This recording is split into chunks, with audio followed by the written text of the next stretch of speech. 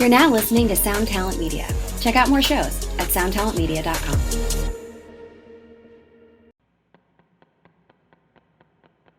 This episode is brought to you by Summer School Electronics. Summer School Electronics is a pedal company from Syracuse, New York, making incredible stuff. There are a few Summer School devices knocking around the shred shed, and I can tell you from personal experience, they sound great, they hold up, and Mark is a super cool dude. The first pedal I saw from them was the Science Fair, which is a parallel classic drive and distortion. And now they've released a new parallel concept called the Class Reunion. The Class Reunion takes a 90s muff style circuit and combines it with their Trash Panda, which is like a soft clipping, high gain amp in a box style circuit. And it is a super versatile combination with all kinds of clipping options, parallel blending. It's really rad, a really cool idea, and I think you should check it out. So go over to summerschoolelectronics.com, that's summerschoolelectronics.com, and check them out today.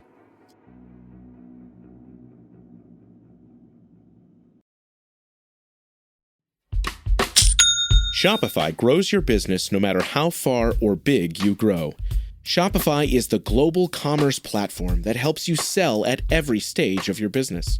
Whether you're selling your fans' next favorite shirt or an exclusive piece of podcast merch, Shopify helps you sell everywhere.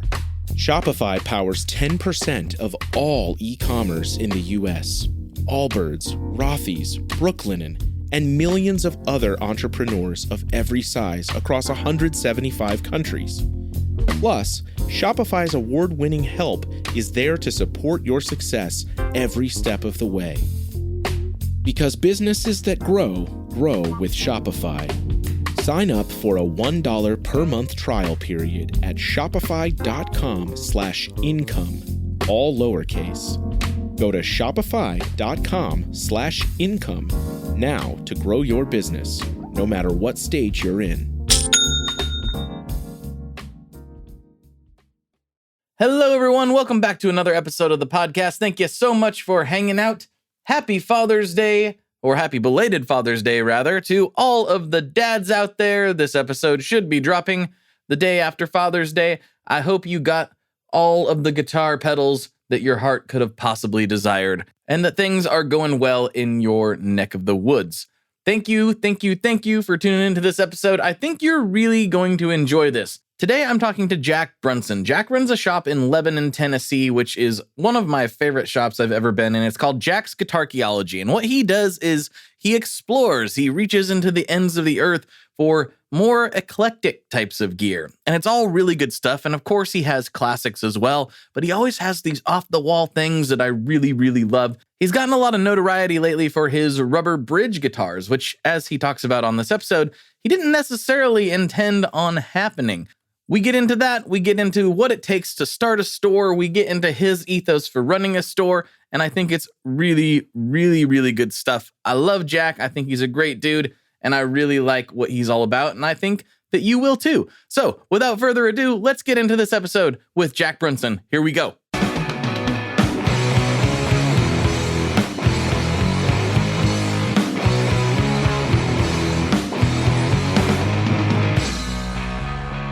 Hello, everyone. Welcome back to another episode of the Tone Mob Podcast, the show about guitar stuff, occasionally, sometimes. I'm your host, Blake Weiland, and with me today, I have Jack Brunson from Jack's Guitarcheology, one of the raddest guitar stores in the nation. Here we are. That means a lot to me, man. I really appreciate that. I love your store. I first went there for a String Joy event, and Scott told me on the way out there, he's like, "You're really going to like this store." He's like, it's your vibe. Like, it's a cool place. He's a cool dude. You're going to like it. I'm like, oh, I'm excited. And I went there and all expectations were met. I've almost bought an instrument from you every time I've walked through the door. It's been very close. So one of these days it will happen. I guarantee it. Oh, I get them all eventually. I know that it's going to happen. Every time it's been like, oh, the first time it was some Kramers. I was like, oh, I kind of want that. I still need a super strat. I still haven't got one I yet, think I still just don't have a good read, because you have a pretty eclectic taste, which is to me a compliment. You know, like I'm an eclectic taste kind of guy. I'm in the eclectic taste business, but the stuff that you always gravitates towards tend to surprise me. You know. When you Yeah, came to the like store, what? I'm like, yeah, well, I wouldn't expect you to go for Kramer's or something shreddy like that. You seem to me like you like the Equitzes, and is that a Super OSE hanging behind you there or something similar? It's a Roni actually. Oh, a Roni, yeah, but it's got Yeah, that kind of so like old yeah, Valco shape to it, you know. So like 100%. Yeah. when you went for the shredder stuff, I was almost kind of surprised, you know. Well, I go for things that I don't have. That's my Yeah, whole thing. that's Is true. if I don't really, I have a lot of the things I own the most actually are Gibsons. Weirdly enough, even though that's not, there's only one in the background right now. Les Pauls feel like home to me, but I've got two really good humbucker classic style Les Pauls. I don't really feel a super need for more at this point. So I'm always looking to fill in with what I don't have. You know, some people will buy like, I own 27 Stratocasters. That's just not Yeah. really my vibe. I had this guy at my old job that he had, it was like 17 Sunburst PJ P bases. They were all PJ, they were all Sunburst, and I was like, why why have 17 of the exact same base? That doesn't make any sense to me. I get like you like what you like. I understand that, but for me, what's cool about having lots of gear is having lots of different kinds of gear. You know, Yeah. I was telling my wife last night, and she doesn't care that much, but she has to hear me talk about this stuff just as much as everybody Same else. story. All of my cabs, I'm a head and cab guy mostly. I have a few combos, but all of my cabs are weird. They're all weird. I have like some Benson cabs that came with the amps, but like my main cab is a diagonal 212 Marshall. I've got a vertical 212 orange that I love. I've got a 610 Silvertone that I absolutely love. Yeah. Love that. The one that's most visible back there is a 215 Guild Thunderbase cab. Ooh, yeah. Like That's everything, awesome. every cab is weird. My Sun Beta lead is the one with the weird angled speakers. Mm-hmm. I just like, it's not on purpose. Oh, I got a big a Sun 2x12 that's just this huge, way bigger than a 2x12 needs to be, but sounds awesome. I don't know why. I just end up with these weird things. Those beta leads are like the big thing in the Nashville alt scenes right now. Like if you go to a punk or metal or hardcore show here in Nashville, you are going to see a Sun beta lead. Like it is just the amp du jour right now. Thanks, Red. I'm kind of the opposite of you though. As I've gotten older, like I know I'm getting older because I enjoy Steely Dan more. And also, I've switched to combos. Like I really like combos now. I've really fallen in love with the custom Coupe 36, which was like a 90s like tuck and roll reissue. And I've got like 3 of them now just because they're kind of hard to find. And every time I come across one, I'm like, you know, must take back to Nest kind of thing, you know? Well, we're going to go down many rabbit holes, I'm sure, but the main reason I wanted to get you on, especially after talking to you this last time I was in town, I've got bits and pieces of your story. You know, as far as my vantage point, you used to work at Mario Guitars, and then Correct. You started your shop. But then you talked about, you know, growing up in a very rural area. How did you phrase it? Like the only things to do were to sell meth or to catch chickens, basically? Yeah, no, quite literally. Like the main plant in my hometown was called Pilgrim's Pride. And like the most effective mode of employment for most anyone who graduated and stayed in the county was to go work at Pilgrim's Pride, literally like it was catching chickens. And you would get up at 4 a.m. and put on like this stuff and go out to the chicken coops and grab them and throw them on the truck. Like that was your job. And it was like, not to get too far into it, but really exploitative because you didn't get paid a wage. You got paid for how many chickens you could catch and all this kind of stuff. But like literally where I grew up, you know, growing meth or growing meth, catching chickens and cooking meth were pretty much the only options afforded to you. So I ran as fast as I could. I grew up in Mayfield, Kentucky, which I actually... The town, I tell people I am from a town that doesn't exist anymore because in December of 2021, a tornado came through and destroyed most of the town. And now there's really no reason to build anything back because it's just, like I said, there wasn't anything there really to begin with. So Mayfield, that's actually really interesting because I can never remember the name of the town, but I have would it be a great or a great, I can't remember, grandpa buried in Mayfield. And I keep intending to go Really? there. And yeah. Of all places, man. He had a family here. He wasn't a great guy. He had a family here and left. I mean, at least this is what I'm told. Left and had another one and another one somewhere else. I don't even know the full story, but apparently because you could afford to do that back then. That's those days. There was of no having Instagram.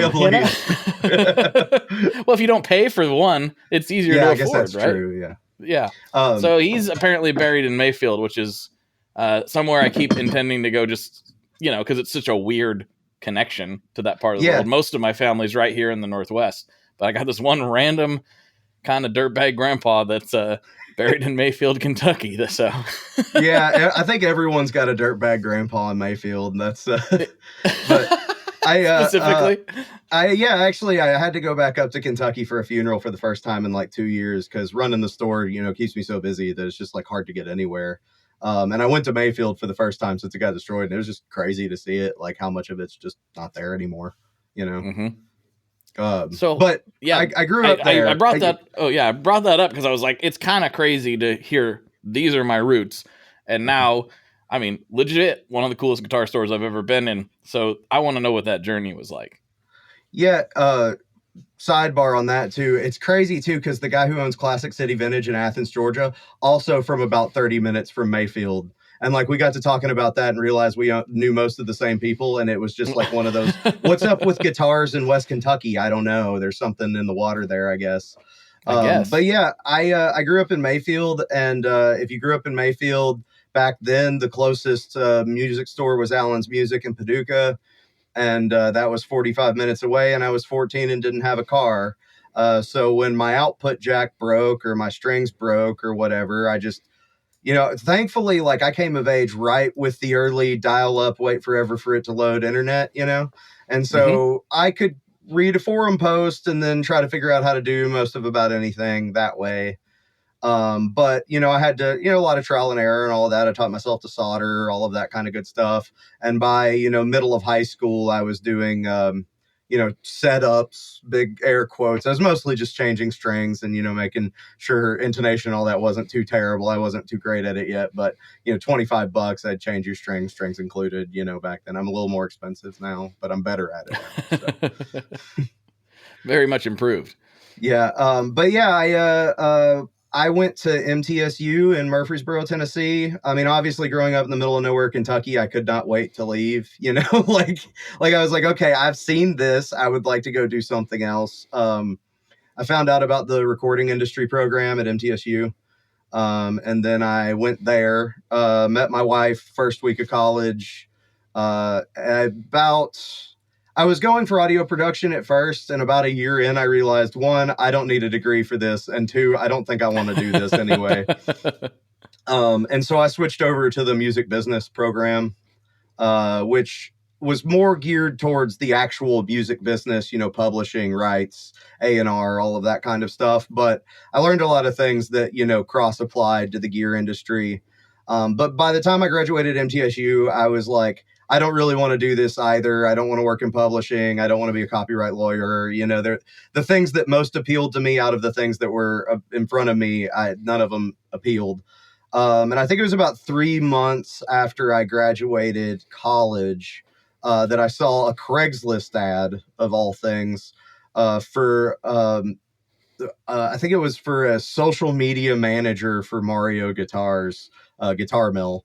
And I went and met Mario and Shannon. I realized that I had been there before, that I had actually popped in and bought like a neck or something years ago and forgotten about it.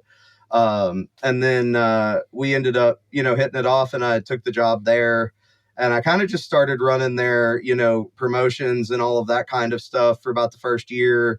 And then it evolved to, I built their Get It Now store, the sort of, buy bodies and necks directly from their website kind of thing. And then by the end of it, I was building the bodies, producing the bodies. I was learning that kind of stuff. But honestly, I spent most of my time at Mario's. I'd say 70 to 80% of what I did was just getting to know the industry, like getting to know how to run a gear business, making a lot of the connections that I still have, meeting people at NAMM, meeting people through Mario, meeting players. I can't count how many awesome connections I made while working there.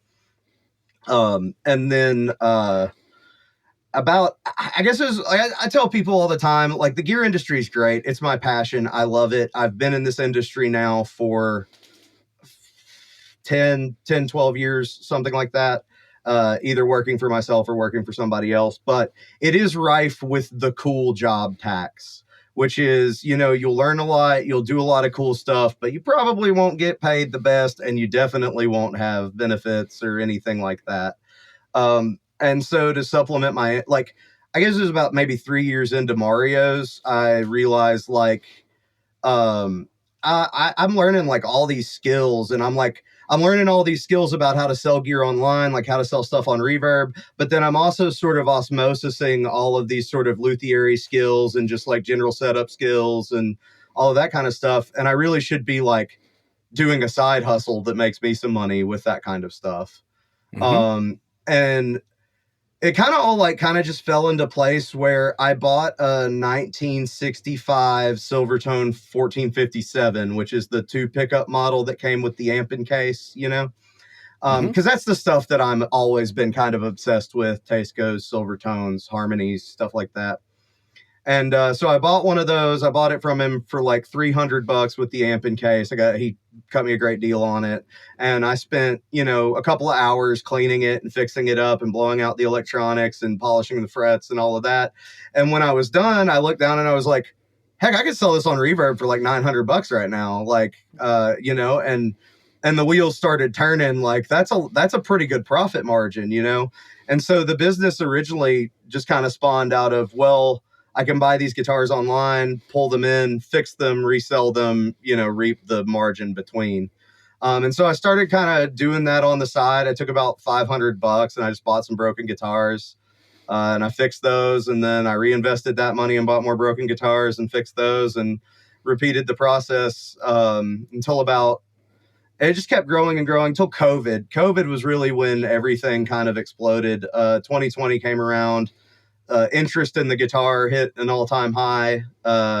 And this was really what put the strain on, like, oh, I need to consider leaving my job, because what they were doing was blowing up and growing so fast, and what I was doing was blowing up and growing so fast that like I was burning, what I used to say was I was burning an omnidirectional candle at all ends, man. It was just like, it was getting to be grueling trying to keep up with their online store, my online store, all of the things. So in, I guess it was April of 2021, I left Mario's after 7 years. I walked into Mario's office and I love them. I love Mario guitars. I love them from like, I love them as people, and I love them as in, I think they make about the best like F-style vintage recreation guitar out there on the market. The team they have is so talented there, and I've always had a lot of respect for them.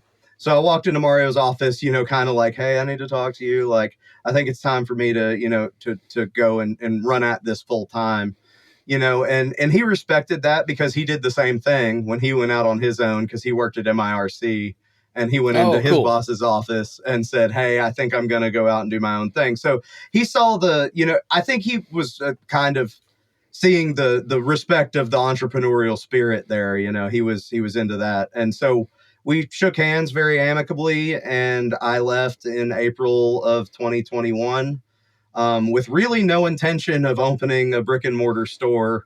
I was just going to continue to do it. At that time, I was running the business. I have a detached garage in my backyard.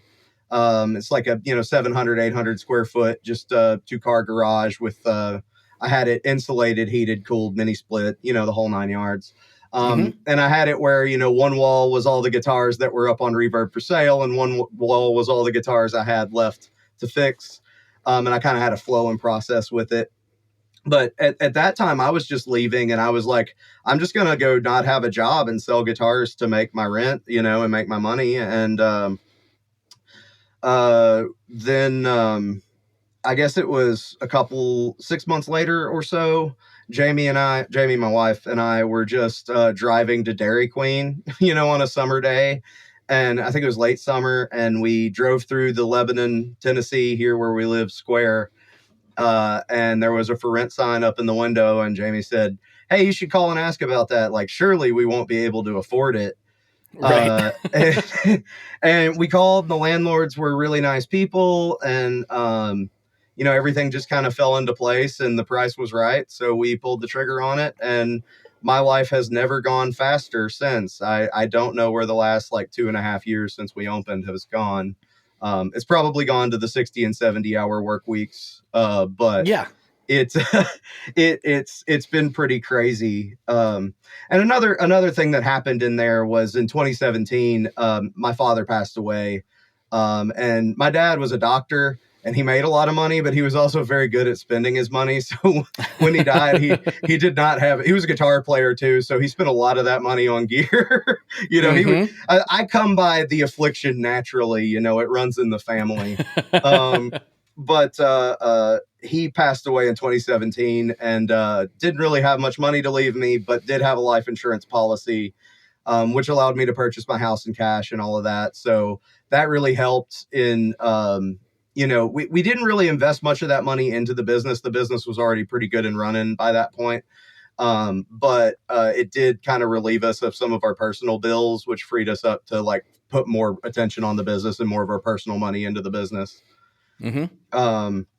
And then, we opened the store in January of 2022. And we have been growing pretty steadily since. It's been kind of a wild ride. I tell people all the time, if I could go back in time and tell 13-year-old me some of the things that have happened, since I've opened the store, it would just be like, he would flip, it would be insane. It's been, I tell people it's kind of like the Family Guy James Woods thing. I just kind of ooh a piece of candy, and just followed that trail until I landed myself in owning a Nashville area guitar store. I told you before we started, I listened to the 5-Star Guitars episode, and I really enjoyed that episode.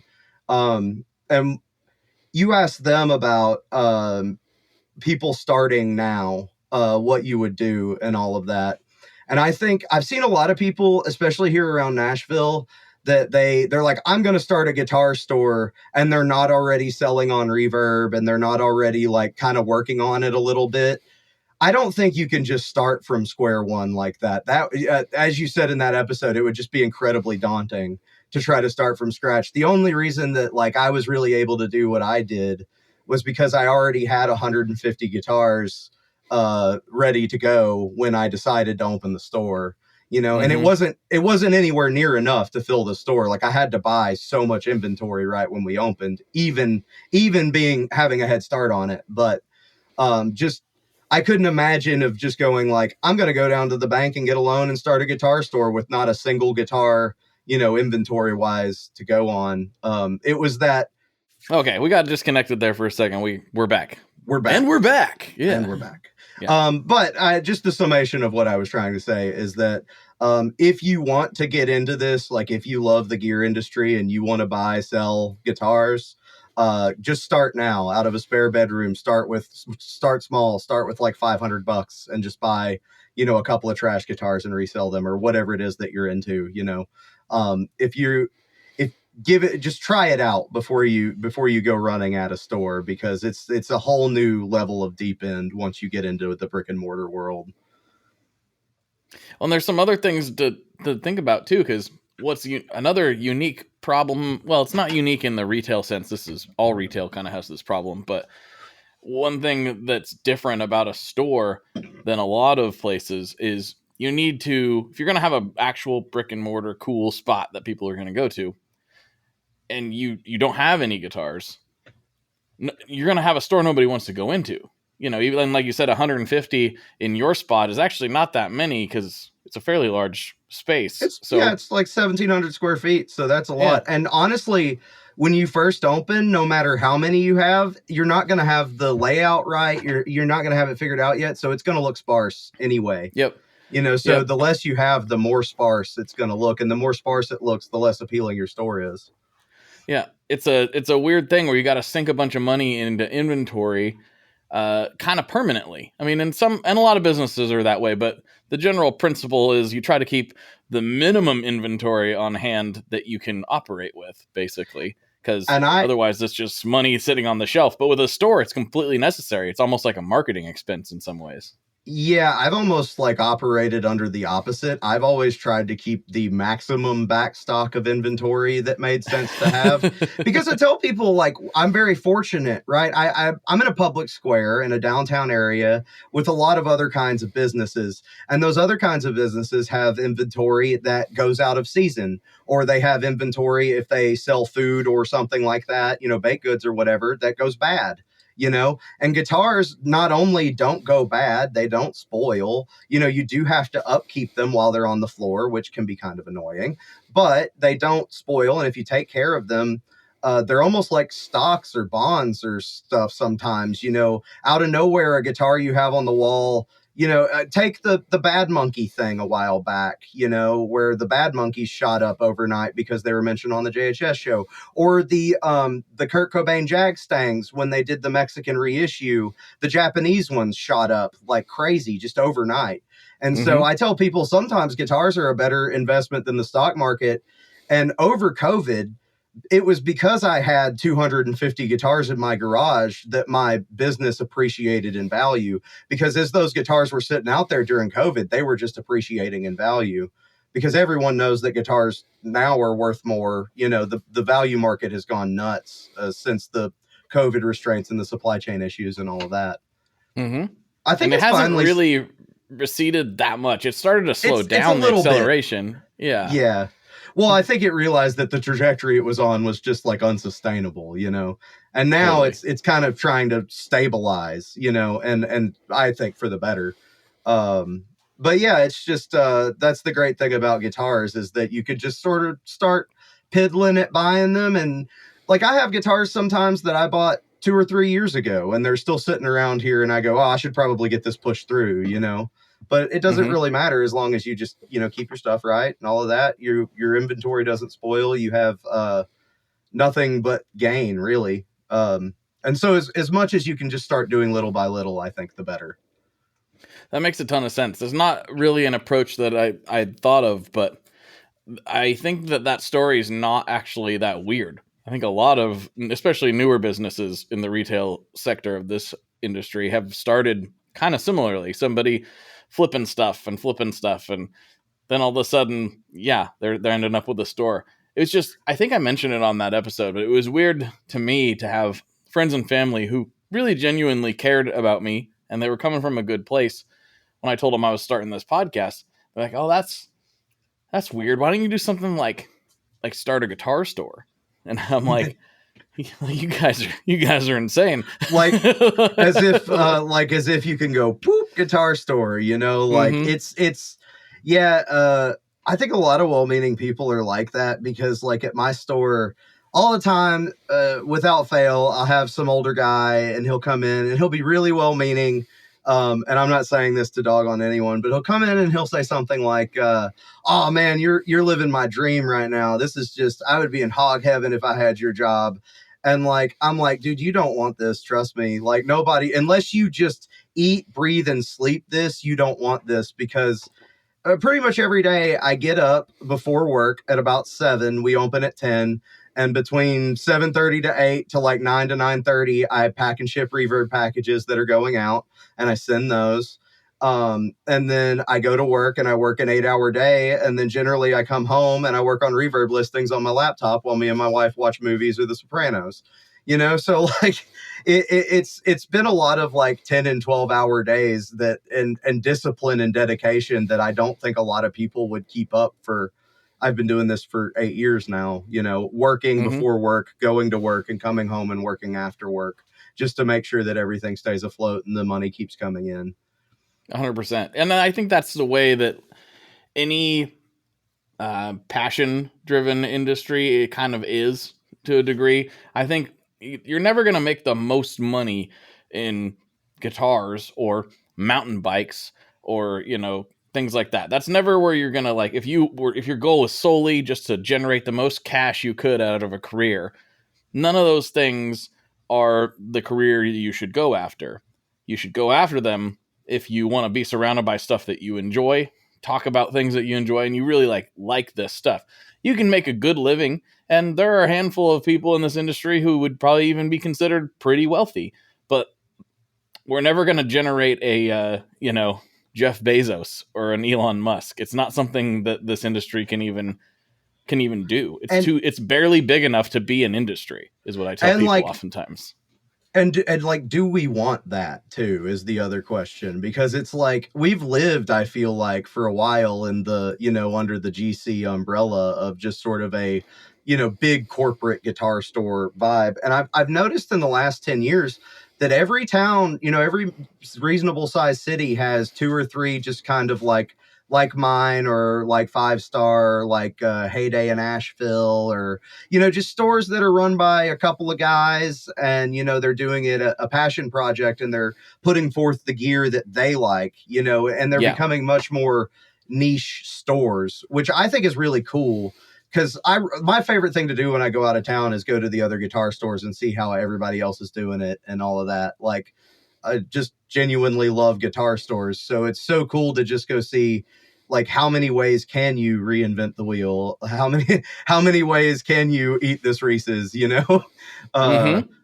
And I think that, like, a lot of other, like, small shop owners would agree with me that, like, if you do it correctly, people think you're way bigger and have way more money than you do, like they don't really, like, I have people messaging me like I'm Amazon or Guitar Center or something. And I'm like, we are, 5 dudes, just 5 dudes. And so if one of us 5 dudes didn't do it, then it didn't get done. We don't have a cleaning department or a, somebody came into the shop and was like, hey, can you take me to your tech control room? I'm like, it is the utility closet. There's a water heater in there. Have fun. But just people, if you do it right, people will think that you're huge, and then they will have huge expectations of you. And then learning how to, like, come and meet those demands has been kind of a difficult growing pains kind of thing. Hi, I'm Vincent, and I'm here to talk about the Mercury X. My dad's always going on and on about how cool Maris is. He really went off on one about the Mercury X the other day. He said something about a 4,800 hertz sample rate and 99 preset locations and 33 banks, and something along the lines of the most advanced reverb pedal ever devised by man? That's all true, but I only care about one thing.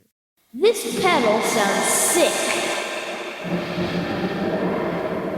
So make sure you check out the Mercury X and all the other fine products at maris.us, as well as fine retailers worldwide. All right, Dad, now can I have my Pocky?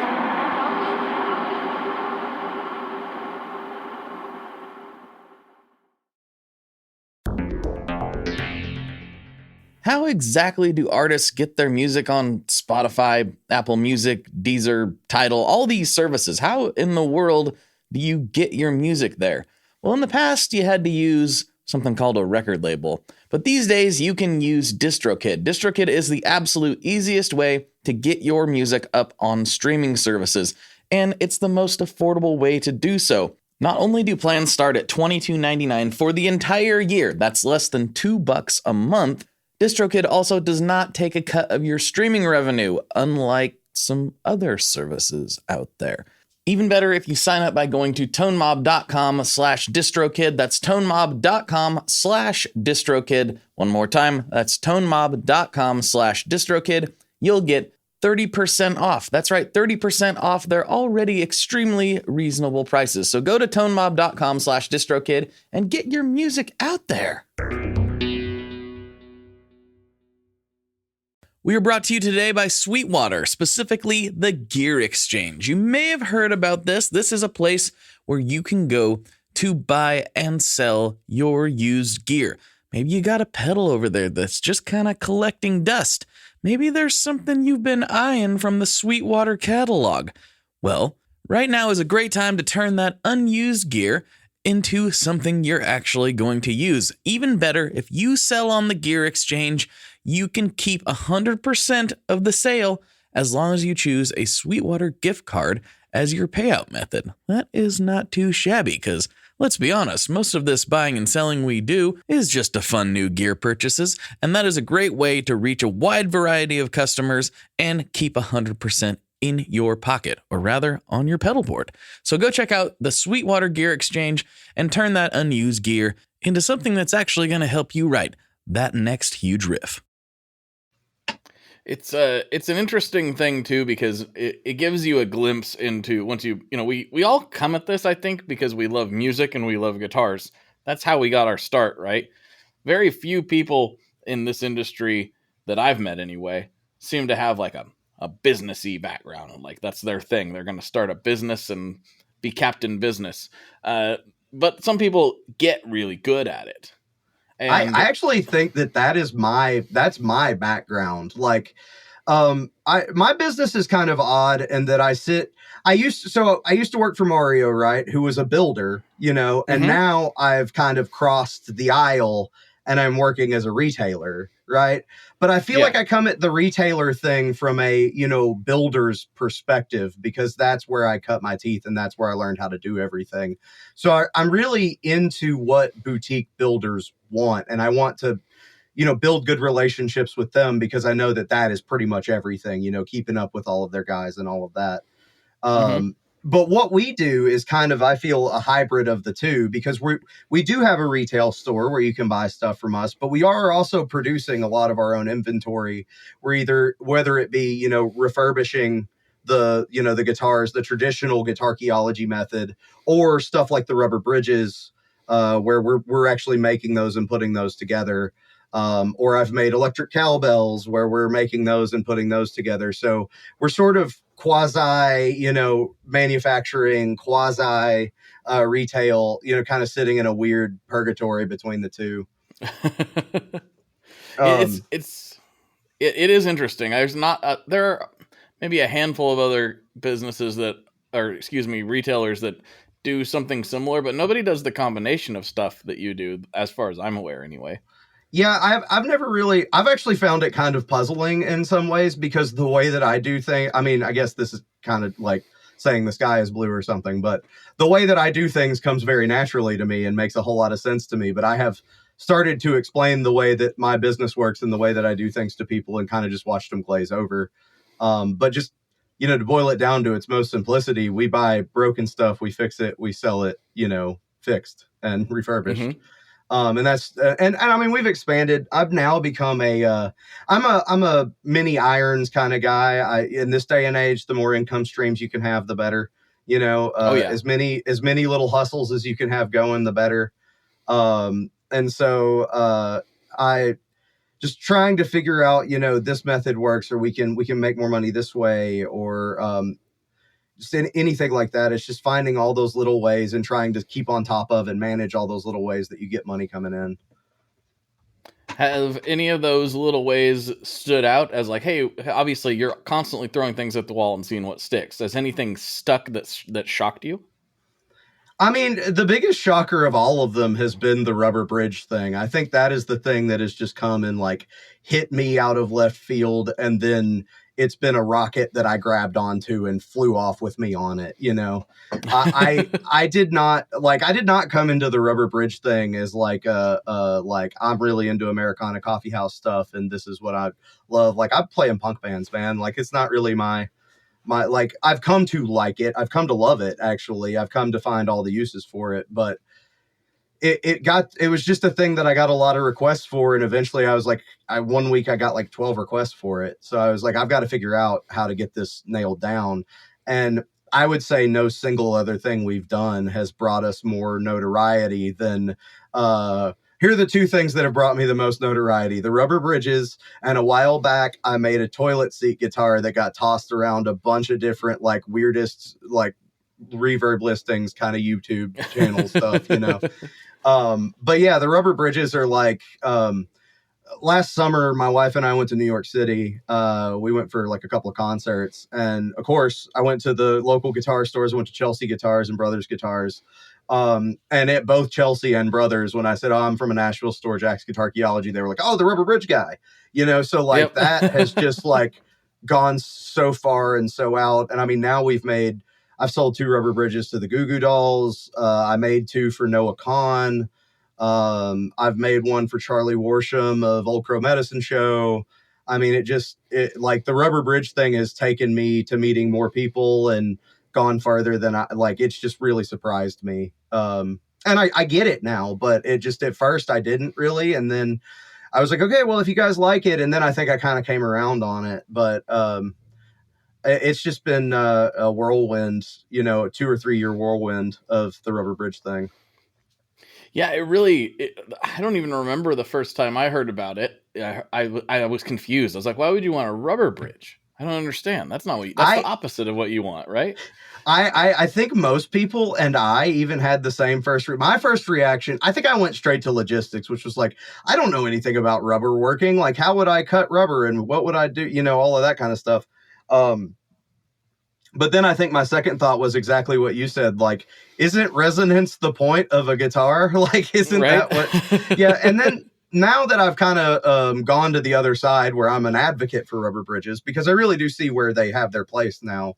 I have people ask me the question that's like, so why is a rubber bridge better? And I'm like, it's not really better. It's just like another paint brush in the paint kit, Mm-hmm. It's just a different sound tonally. I think the place that they really shine is in the studio. They're really great for just like double taking your acoustic guitar tracks, just your regular acoustic guitar tracks with a rubber bridge. And it adds a lot of full bottom body. It really helps with the, kind of tinniness that acoustic guitars can have, or the brightness. Just depending on what sound you're going for. I hear people all the time that are using the rubber bridge in just creative and new ways. A guy hit me up recently because he's making like space acid jazz and he wants a rubber bridge for that, and I was like, heck yeah, man, I'll make you one. Mm-hmm. Yeah, I think I told you, I finally found my grandpa, same grandpa who's wrong thing, got me that Junior over the shoulder. That was his 55 Junior. I found when we were cleaning up all his stuff, he had this random old de-Armond sound hole pickup, and I threw it in my cabinet. I was like, I'm going to use that for something someday. I guarantee you that. And once I saw you doing that, I was like, that is a perfect candidate. I need to get a rubber bridge guitar, stick that pickup in it, and like that'll be the thing. So one of these days we're gonna have to do that. Yeah, I did one of those not long ago with a vintage de-Armond like clip in, and man, it sounded great. Like it was like a 70s de-Armond clip in, and I put it in like a 50s Silvertone.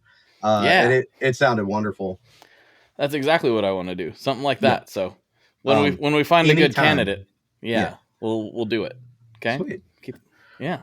It's just such it seems like just such the right vibe. And the reason I actually hit you up about doing that before I had even a decent acoustic in my arsenal at all.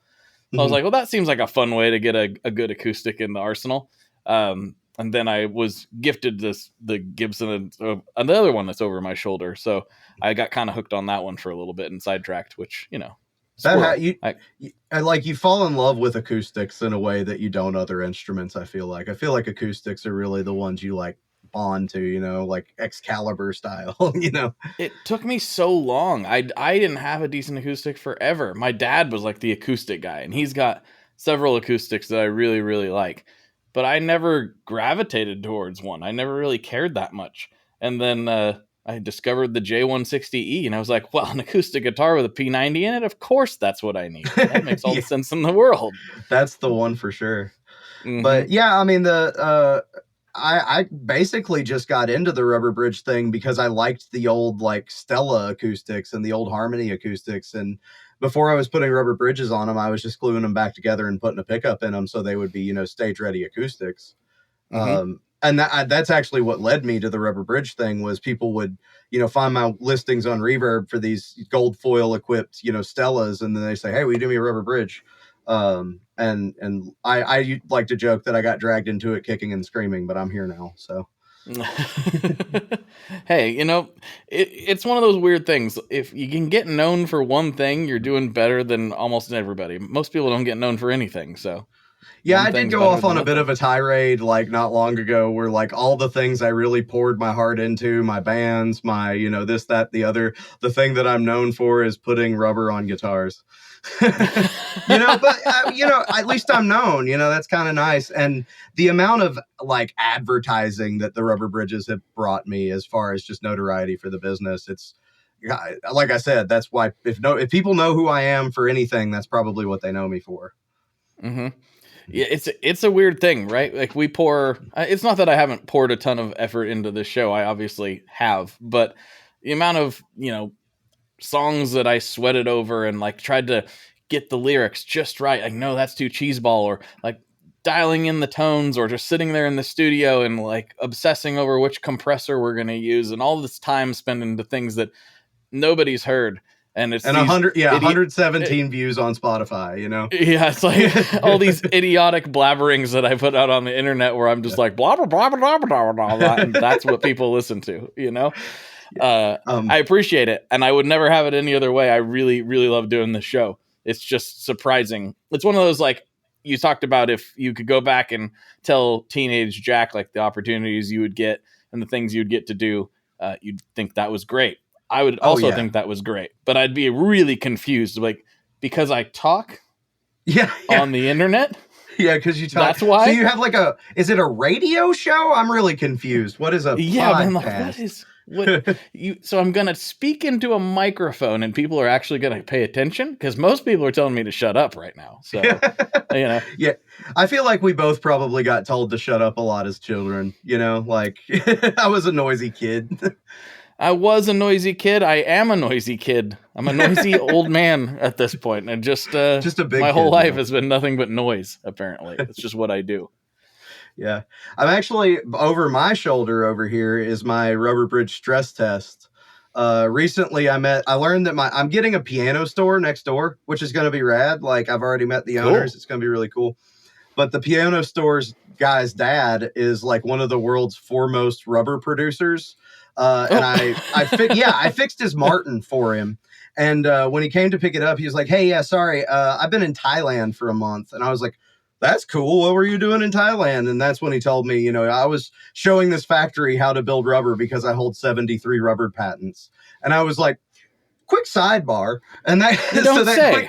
Let me talk to you about this thing that I'm doing. And so I talked to him for like an hour and a half, 2 hours about just like my processes and what I was trying to do and all this with the rubber bridges. And he was very reassuring because I kind of felt like I was just sticking stuff at the wall. And he was like, "Oh yeah, that material makes sense. And oh yeah, that method, that reasons to me." But he said, I would be concerned about long-term, longevity and all of that. And I was like, well, there's really no way to test that without the passage of time, and he said, well, you just set up some stress tests, so I've got one that's got 4 bridges on it in here and just normal like conditions. And then I've got one that's out in the Tennessee summer, just absolute worst case scenario, heat, water, rain, whatever. But my plan is to check them over the next 3 to 6 months and just see how long it takes them to wear out. I kind of figure every week out in the Tennessee weather is probably like, a couple of years out in normal conditions or in a studio or something like that. So, Tennessee weather is a different animal altogether. When we were there with my whole family, and you didn't see the whole family, you just saw part of them, but the whole family showed up a couple days later. And I was talking to my parents about the weather because we were trying to figure out when we were going to Dollywood. And, I was like, we complain about Oregon's weather. Everyone's like, oh, it's rainy, it's gray, and like all this stuff. Yeah, and I love Tennessee. And I've had great weather moments in Tennessee, but Tennessee weather will give you whiplash. Like it's all over the place. It's so all over the place constantly. The old wild. Wait 5 minutes adage if you don't like the weather. That's what my grandmother used to say all the time. They say that in Oregon too, but it's not true the way it is down there. It's not. There was literally a year or like a week last year where we had all 4 seasons in 1 week. It was insane. I remember that. Yeah. See, I get the updates every day for what's going on in Tennessee. So it's I'm very familiar with what it's my home away from home. So I was about to say you basically half live here now, huh? I try to get there a couple times a year. That is the interesting thing. When you said you opened in 2022, was that right? Yep. So yeah, when I had visited for the first time, he hadn't even been open that long, and I didn't realize it. 6 months or so, probably. And I mean, I like, you've been to my store maybe 2 or 3 times now, and every time you've come, I've probably had 30% more than the last time you were there. We built a new stand or something, you know. Yeah. But yeah, I hadn't, when we did that Stringjoy event at the store, we had only been open maybe 6-9 months. Okay. Of course, I've known Scott for, I think I met Scott maybe like year 1 or year 2 of Stringjoy. And like at that point, he just had like a backpack full of just random assortments of strings. And he just like, we got to talking, and he knew I worked for Mario, and he wanted to get Stringjoy on Mario's, and so he gave me a few packs, and I've been using them ever since. I was a pretty early convert. Well, we appreciate that very much, and it is wild. We got Mario it's a wild on those journey too. Yes, yeah. He not only they not only use them on those builds, but I see it all the time on the socials. We're tagged in, I feel like, just about every post they do, which is amazing, because those are super nice guitars. Yeah, made in Nashville guitars, made in Nashville strings just made sense, you know. And they're incredible strings, of course. But yeah, Scott's one of those people, man, that like I feel like I know something or two about guitars, but like Scott makes me feel like an idiot, man. Every time I talk to him, I'm like, dude, you are so smart. Like I could listen to you talk about pounds per square inch for hours, bro. Hours. I've told this story a million times. It's not much of a story, but we met because of the podcast, and so he hit me up to come on, and my literal first thought was, I'm sure he's a cool guy, because it was just an Instagram DM. Hey, I'd love to come on the show. And I'm just like, man, what are we're gonna talk about strings for an hour? Like, really? Yes, like, really? You are. Yeah. You're gonna love every second of it too. And so I took a phone call with him, and I was like, this guy seems super cool, so let's do it. So we did it. And yeah, fast forward to now, not only did we talk about strings for an hour, I talk about strings for a minimum of an hour every single day for almost a decade now. So yeah, he somehow gets you to talk about strings, I guess, is the point. I talk to him 5 days a week minimum. So yeah, it's pretty wild. Honestly, the way that everything is structured at Stringjoy has taught me a lot about strings and about like how to level and adjust for certain tunings and stuff like that. Like I credit Scott with a lot of that. I know a lot of what I know about strings because of Stringjoy. I know everything I know about strings because of Stringjoy. So yeah, it's been a cool journey, especially to watch him, like you say, go from backpack full of strings to, you know, having a whole place that we're probably gonna have to move out of pretty soon. Yeah, which is wild. And we also, like, since we both live here in Nashville, and he and I are both let's say psych rock aficionados. Yes, I tend to run into him at like the 5 spot when XYZ psych rock band. Our record collections look similar. Let's just say. I think so. I think they do. Yeah, it's. there's a lot of crossover there. If the OCs come through, I'm sure you'll both be there. So. Every OC show I've been to, I've run into Scott. Yes, they're his favorite band. So what do you think is, like, just kind of getting back to the store a little bit, what do you see long term? Like, you mentioned a couple of times when I was there, you're like, oh, I don't know if we'll be in this spot forever, which is kind of wild because it's a big spot. It's a great spot. But what do you have a long-term vision, or do you just kind of go day by day and take it as it comes? Yes to both of those questions. I'm having to take it day by day. I think like my wife has to throttle me because I'm a big, like, I come by it honestly. My whole family's like poor at moderation, and we're just always like bigger, better. Like that's just the thing. And I mean, I have long-term plans. I'd really like to open more locations one day. Either close by in probably not in the Nashville area. I think I'd like to move to an area that's maybe like 2 or 3 hours away and kind of spread out just a little bit. My ultimate goal one day, and I mean, this is lofty and crazy, and I don't know if I'll ever do it, but I would love to put together like some sort of, can I curse on this show? I didn't even ask that question before this. Well, you haven't so far, so let's keep it that way. Yeah.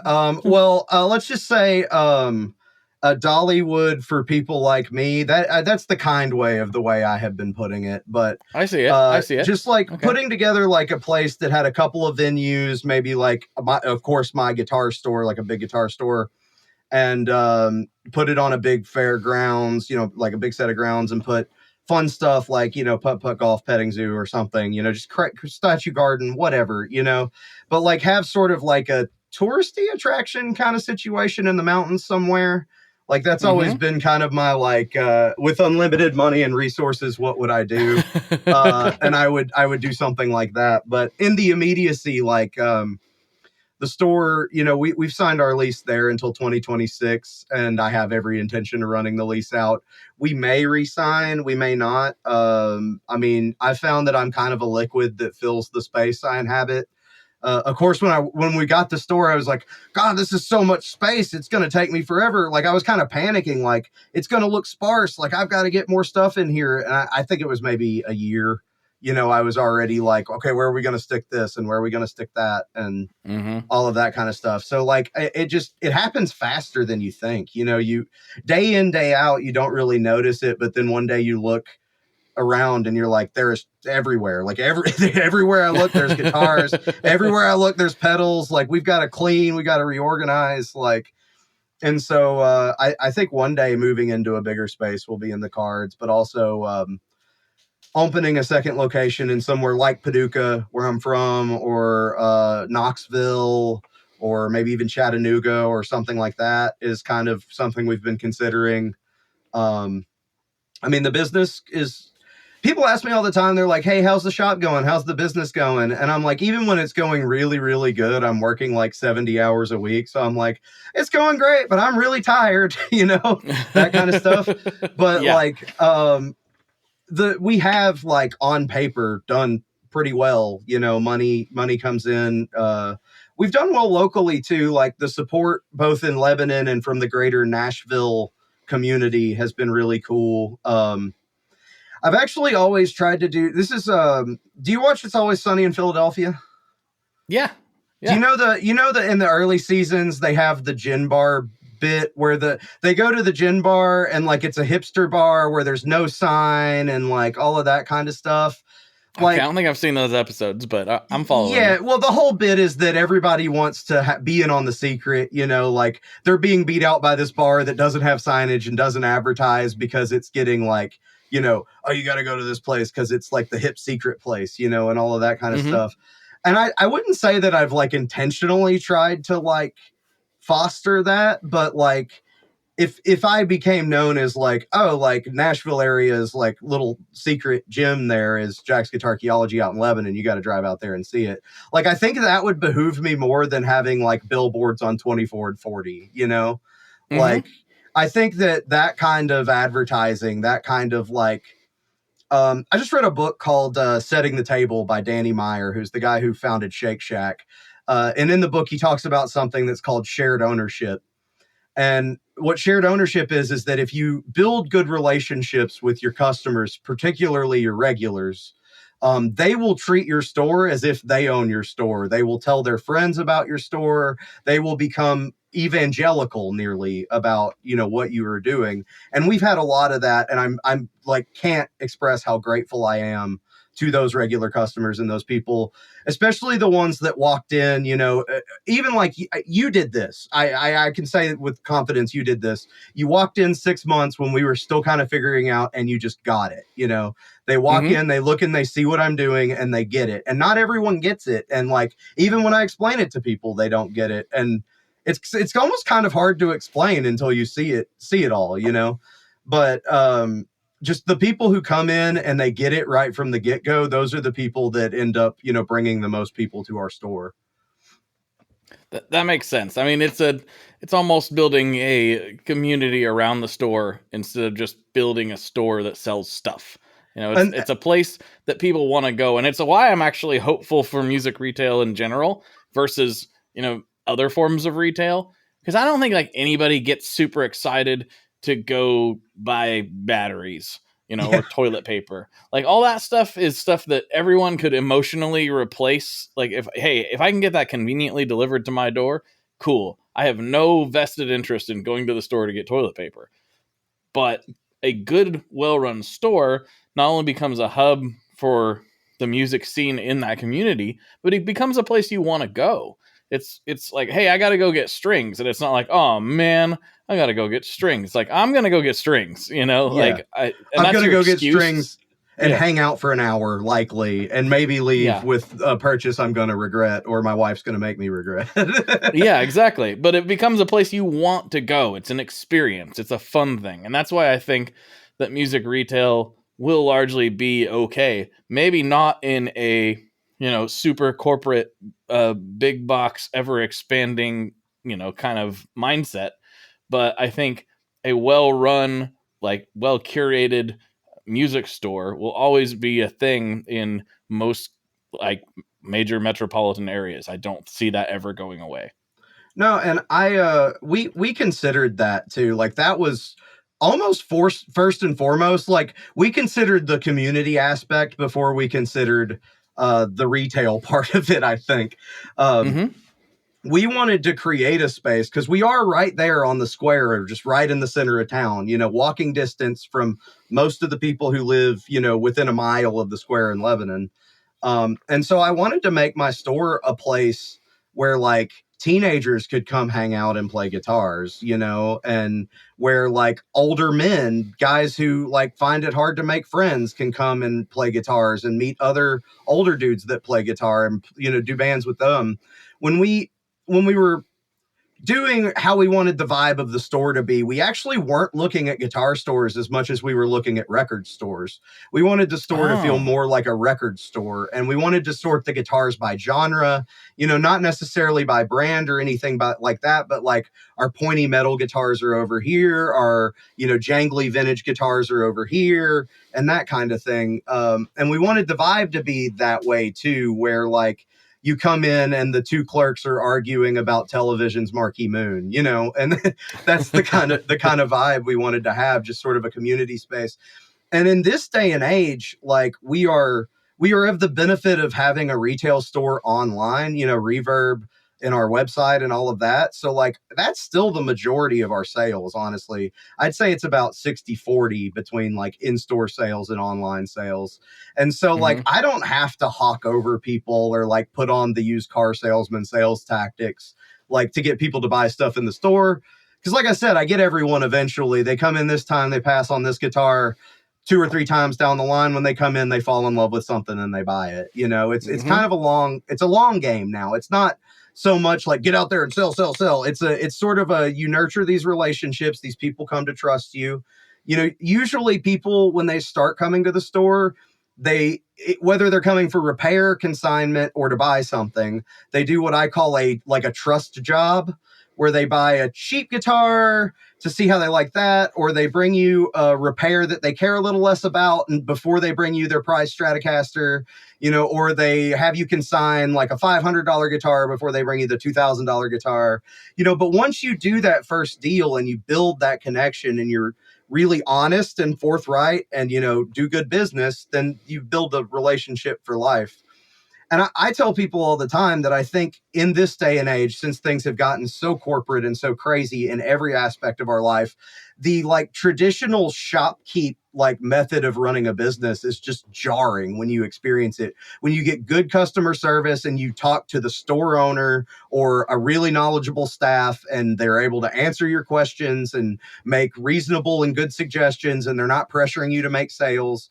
It's like when I was a kid growing up in small town Kentucky, Dad had Alan the tool guy and Mike the tire guy. And, if Dad had a problem with his tires or needed new tires, he went to Mike and he said, "Hey, Mike, what tires should I buy for my truck?" And he trusted him, and that's sort of the relationship. Like I want to be, my dad said, be a guy, or have a guy for everything and be a guy for something. And that's like something that I've really worked into my ethos, that I want to be people's guitar guy, and I want them to come to me, even if they're not going to buy anything. I want like, "Hey man, I'm thinking about changing out the humbucker in my Strat. Should I go Seymour Duncan or DiMarzio? Okay, cool. I'll see you next week." Like I want people to come to me with those queries, even if they're going to buy the pickup from Sweetwater or whatever, because when you build that relationship, you've built a customer for life, And in a lot of cases, like I just become really good friends with some of my customers. You know, some of them cross the customer friend barrier, you know, and then you know, I didn't know anyone, I guess, because I lived in Murfreesboro, which is about 30 minutes away, you know, south of Nashville, for a decade.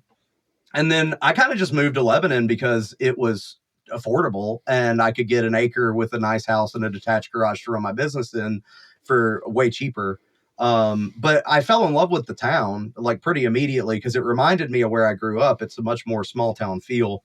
But I didn't really know anybody until I opened the store. My best Lebanon friends that I have now, I've met through the store.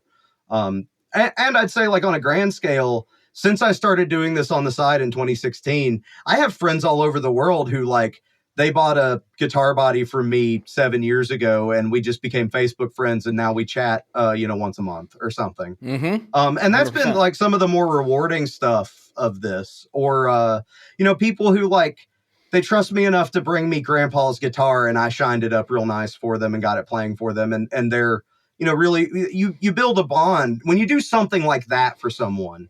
You really build a bond with them because you showed that item, that you showed that guitar that's so important to them the same amount of respect that they would have shown it, you know. And when you do that, people will trust you forever.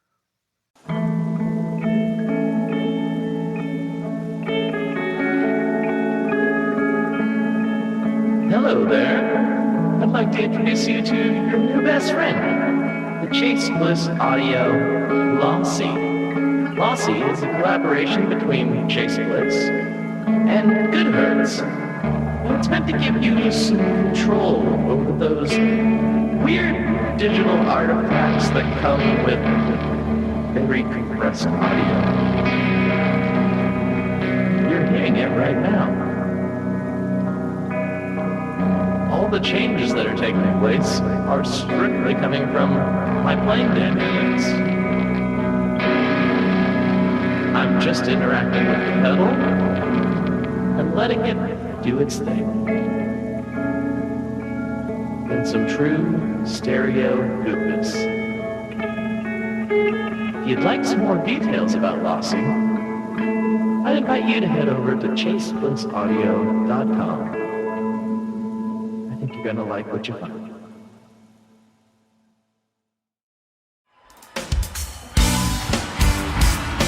Hello, everybody. I'm Bruce. And I'm Nolan, and this is the Corner of Gray Street podcast. As longtime Dave Matthews Band fans, we set out to create a podcast to dive deep into the past, present, and future of DMB. Not only do we recap and review shows within an ongoing tour, but we revisit past shows from throughout the band's history, conduct interviews with a wide variety of guests with ties to DMB, and create unique and exclusive content like our Concerts on the Corner series. Whether you're a fan of the band or just a fan of great music, we think you'll find something you'll enjoy. We can't wait to see you on the Corner of Gray Street.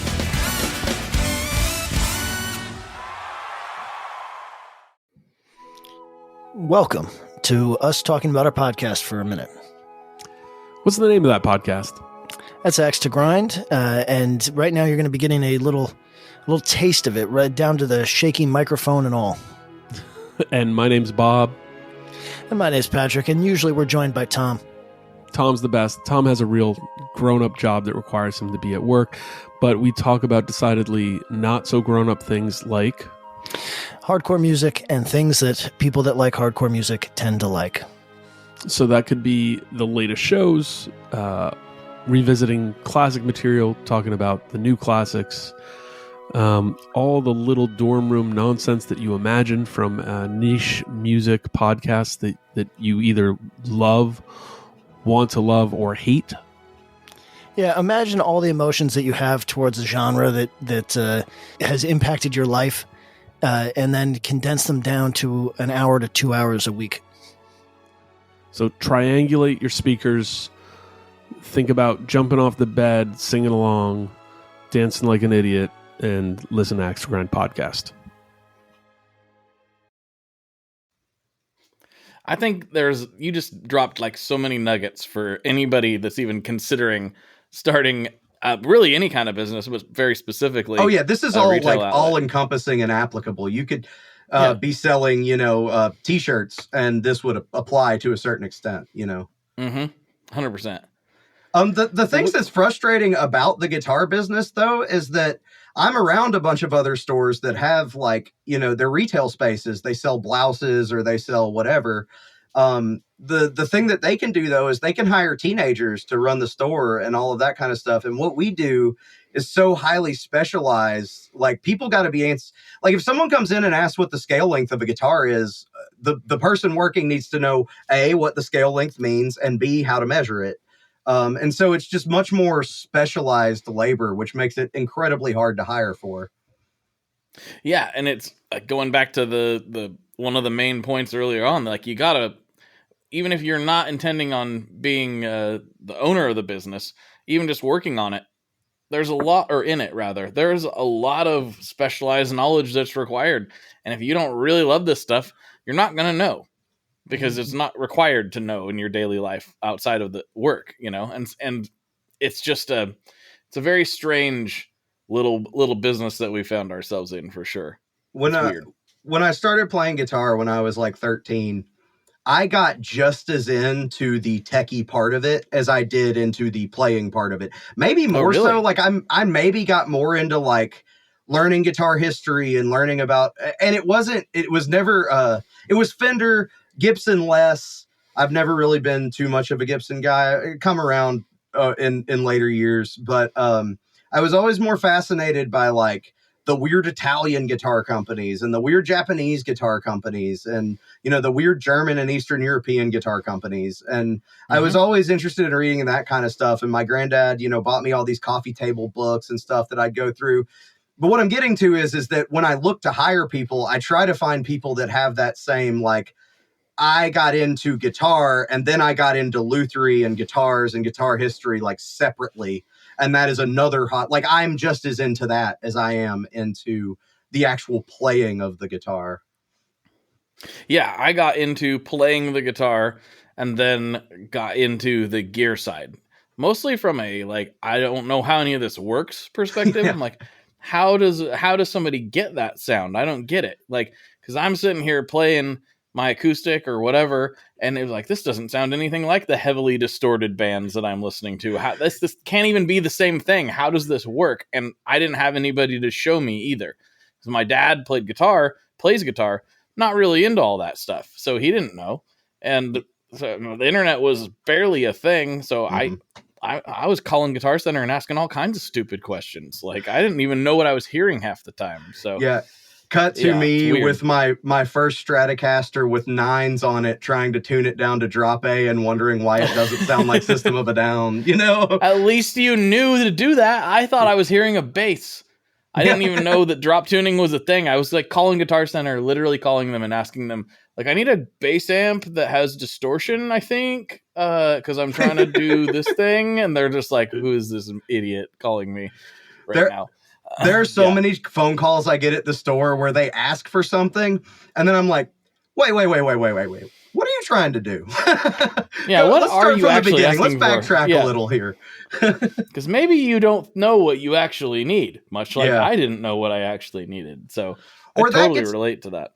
That gets into the other thing, too, where, like, sometimes that ends up saving people money, like money they shouldn't be spending, or like they think they need one thing and what they really need is like a $90 pedal, and if you ever do one of those where you actually in your own store, you downsell someone, you talk them into spending less money, that is another way to build those relationships, because they're like jarred by it, shocked by it. I mean, when's the last time a store owner was like, oh, you don't need to spend money on that, buy this thing, you'll get by fine with this, like that. Just, or like, there's been times too where, like, I don't love to do this, but like, I don't really have what you're looking for, but here, let me pull up on Sweetwater and I'll show you what you need, and just doing that kind of simple courtesy stuff, like, I think goes a long way.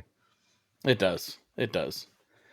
Well, hey, we've been at this for a while. We got to dive over to Patreon and get into some more shenanigans. But before we do that, I've got the classic questions I like to ask. But before I do that, even, this is where I like to give the guests a chance to take the floor, shout out anybody you want to shout out, plug anything you want to plug, say anything you want to say. You've got the ear of a few thousand people right now. All right. Well, I've got a lot, so I'm going to get through it pretty quick. Let's go. All right. So first and foremost, I want to shout out the Nashville Guitar Master List that me and Dave Johnson at Scale Model Guitars are putting together. Also been on the podcast several years ago. Dave's the best, man. Like, I've had a couple of people come to me and they're like, yeah, I would come to you, but I've been taking my stuff to Dave for years. And I'm like, wise decision to take your stuff to Dave. He's a wizard. He's great. Yeah. He's great. Yeah. I actually recorded that one in person with him. So it's kind of noisy and weird. Yeah, in his shop. So yeah, he let me sign his wall. It was very nice. I really enjoy. I like him a lot. I need to talk to him again. It's been a long time. We've gotten to where we text like a couple times a week. Like, I really love that guy. But about a year ago, Dave decided that like Nashville has so much guitar business, man. Like, and there's only so many of us being people who do like reasonably good tech work, you know. And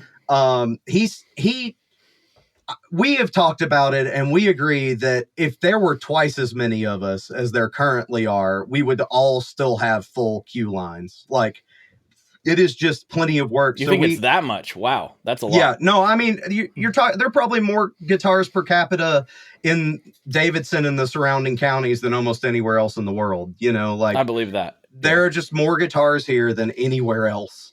And so, Dave, the Nashville guitar lutherie scene has always been a little, like most places in the country, I think it's a little touchy. Like, I had a rep come into my shop not long ago and he said, man, it's so weird here. Like, I was just at Eastside Music Supply, and when I told them I was coming here, they were like, oh yeah, Jack's great. I love him. Tell him we said hi, you know? And then I was like, yeah, man, I love those guys. Like, Zan's a good friend of mine and all of that. I was like, where are you going next? He was like, oh, we're going to Fanny's House of Music. And I was like, oh, I love those guys. They have such a cool shop. You should tell them I said hi, you know? And that's just the way that it is around here. And it hasn't always been like that.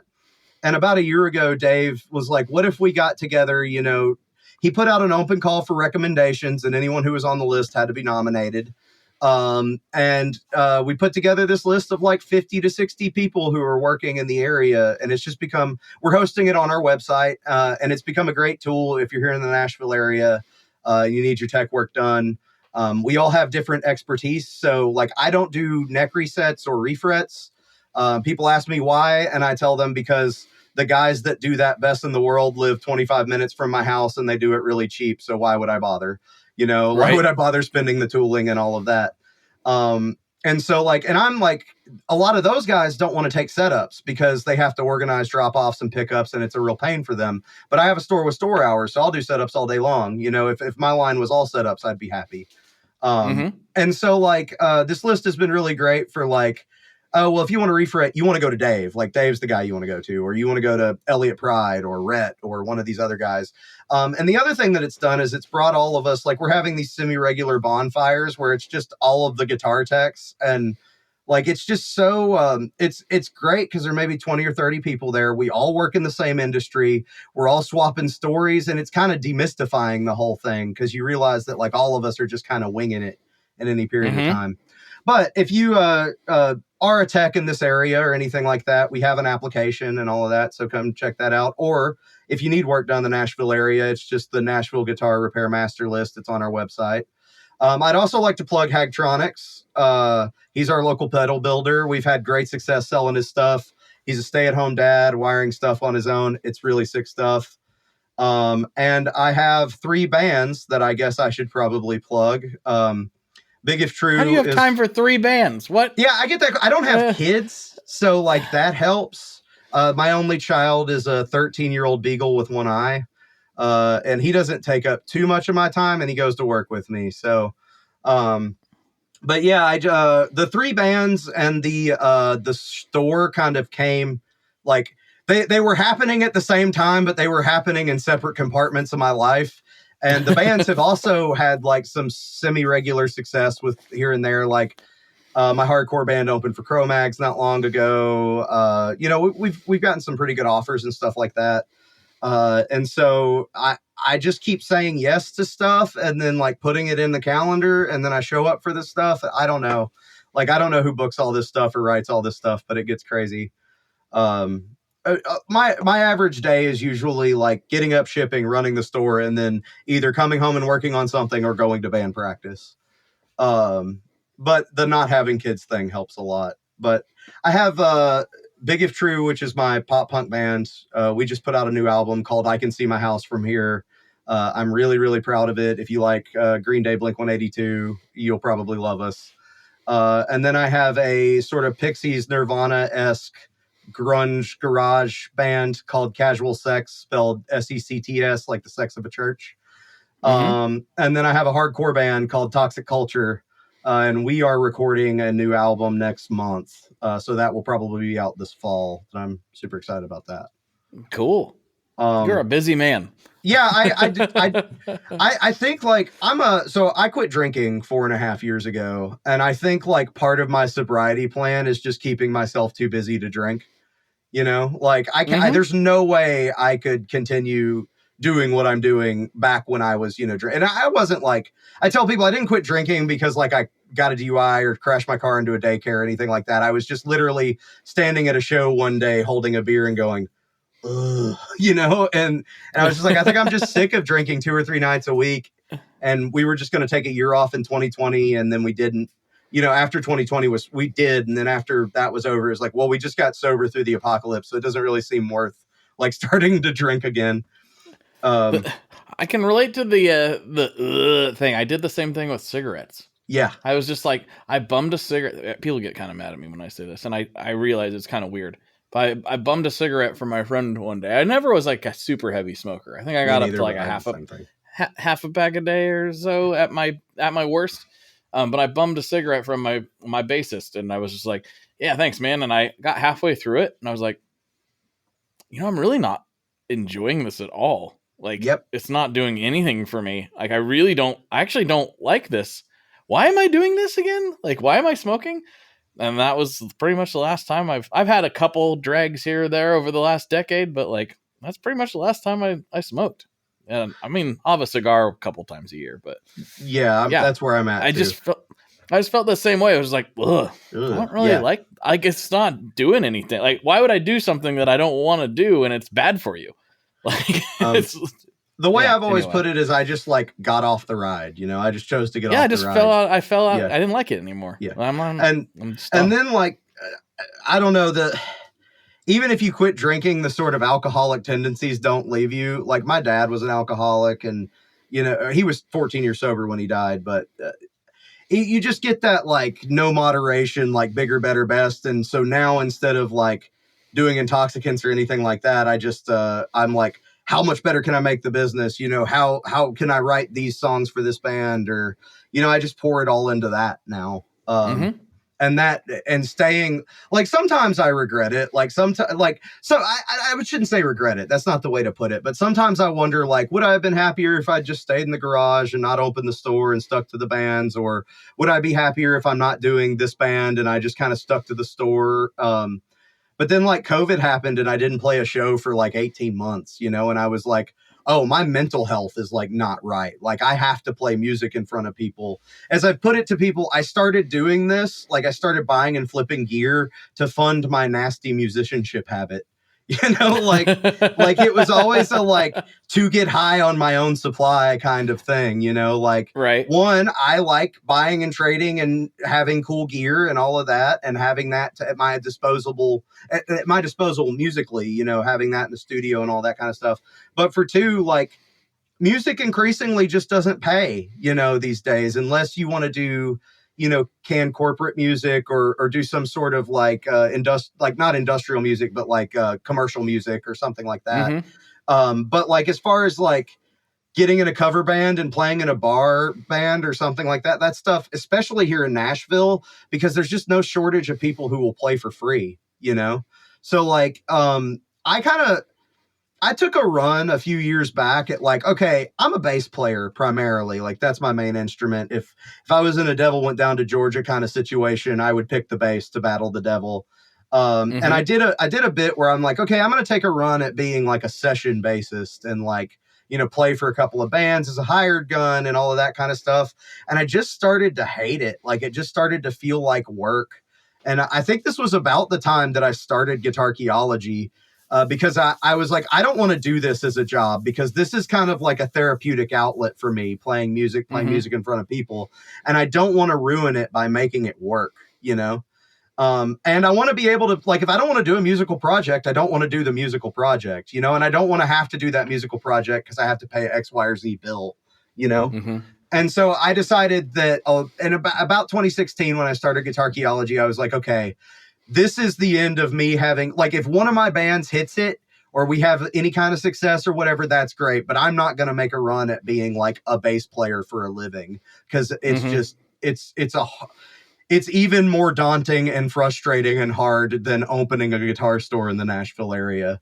Of the two options, I found the guitar store route to be easier. Well, dude, you ready for the classic questions? Yeah. We'll wrap this thing up. For it. All right. Yeah. Here we go. First one. What is your favorite Boss pedal? All right. I have kind of an obscure one, and I have a classic. All right. Obscure one, I really love the 65 reverb that they did with Fender maybe 20 years ago. It was a brown pedal that had like a amp grill, like a twin reverb amp grill on it. That pedal was incredible. One of the best, like Accutronic style, like spring reverbs. If you're trying to get that classic Ventures drip, like that one did it so well without actually using springs. And then I'm kind of a DS1 hater. Like, I feel like they're great pedals. They're really great. It's kind of a training bra of a pedal to me, if I can say that. Like, it's a great pedal to like a 16-year-old needs a distortion pedal. I've always thought that the SD1 was superior. I'm a big SD1 stan.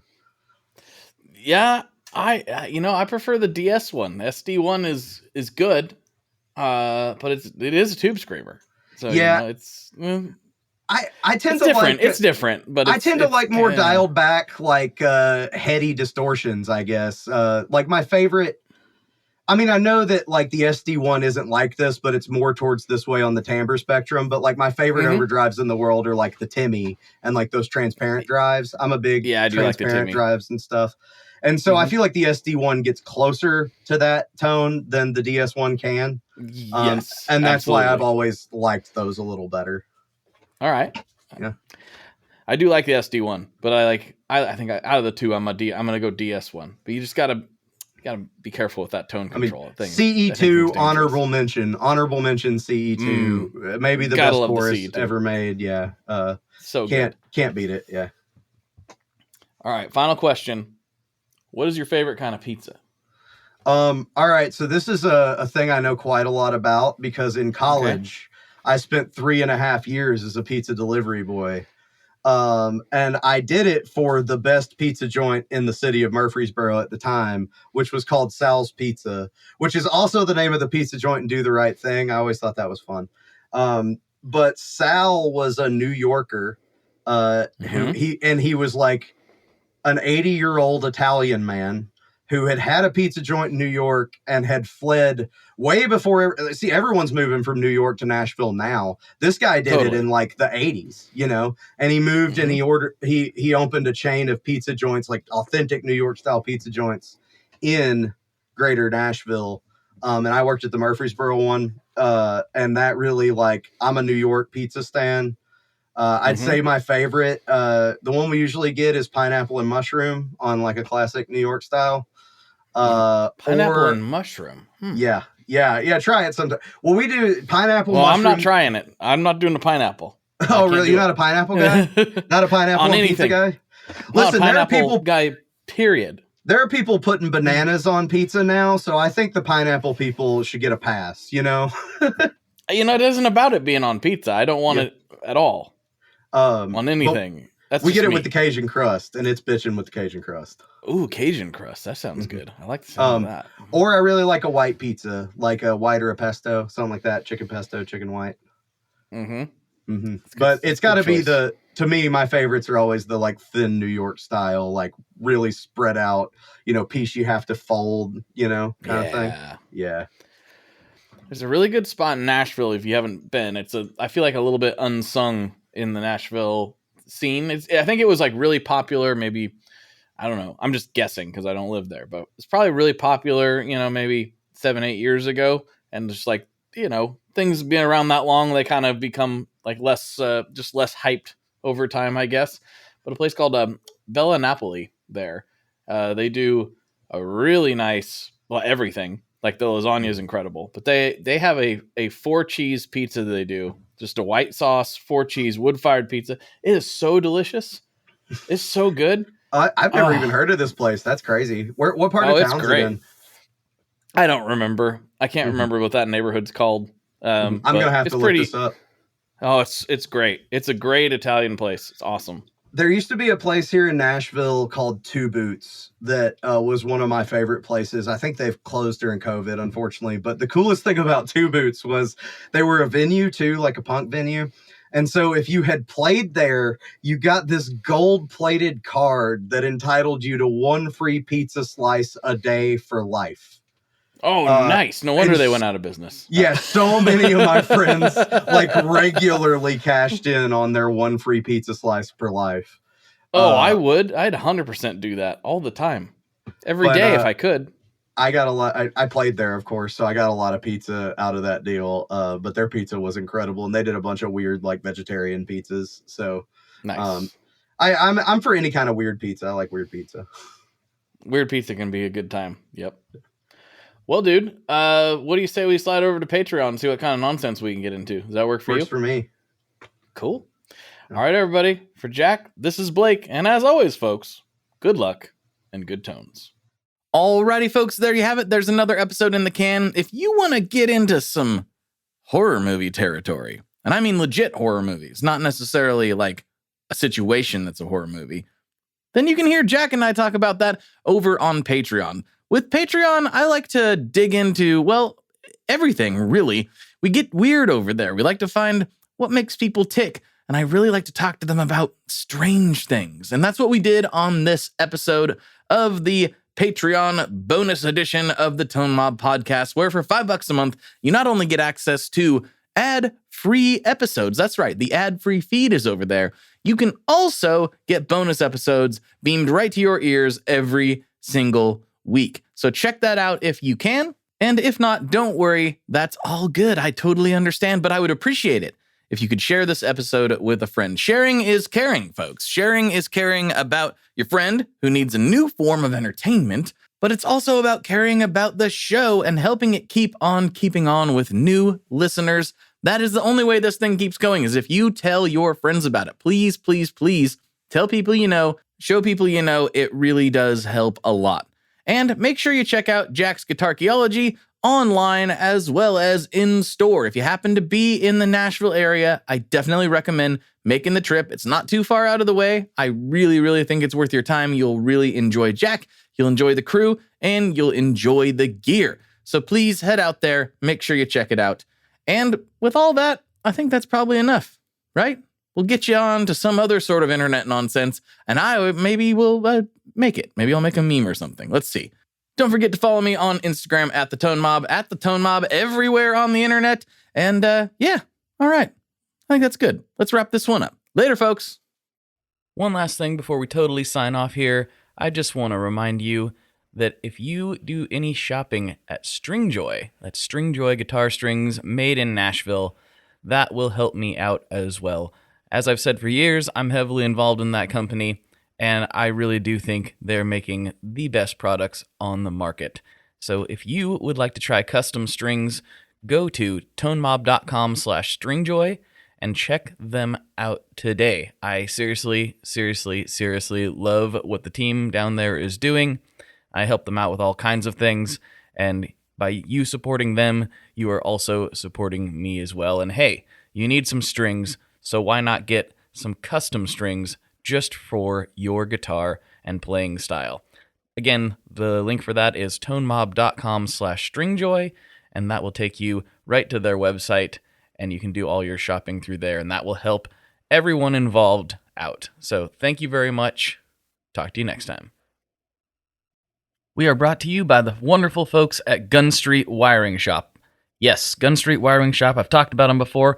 I used to say based out of Bend, Oregon, but guess what? Sean moved to my neck of the woods. Sean's in Portland.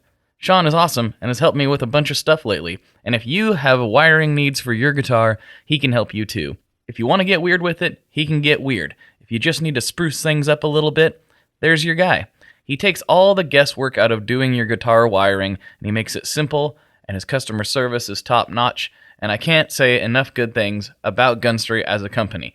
I really respect Sean and what he's all about, and the product is top-notch. I've got 3 different guitars that now have Gun Street harnesses in them, and I could not be happier. So go to gunstreetwiringshop.com and check them out. The number you have reached is 100.7 WMMS. It wasn't just a radio station, it was a lifestyle. Cleveland is a rock and roll city for sure. Get down! The Wrath of the Buzzard. WMMS. Cleveland. The rise and fall of one of the most iconic radio stations in America. Profiles. The Wrath of the Buzzard. PROH Files. Subscribe now wherever you get podcasts. Hi, I'm Daniela Clark. I'm Barbara Ann Wild. And we are the Honest AF Show. Our podcast is real honest conversation with our celebrity friends and pros. Covering our anything but average rock and roll lifestyles. All while tackling the hell that is aging and the battle of beauty. Oh yeah, nothing is off the table. The Honest AF Show is available wherever you get your podcasts.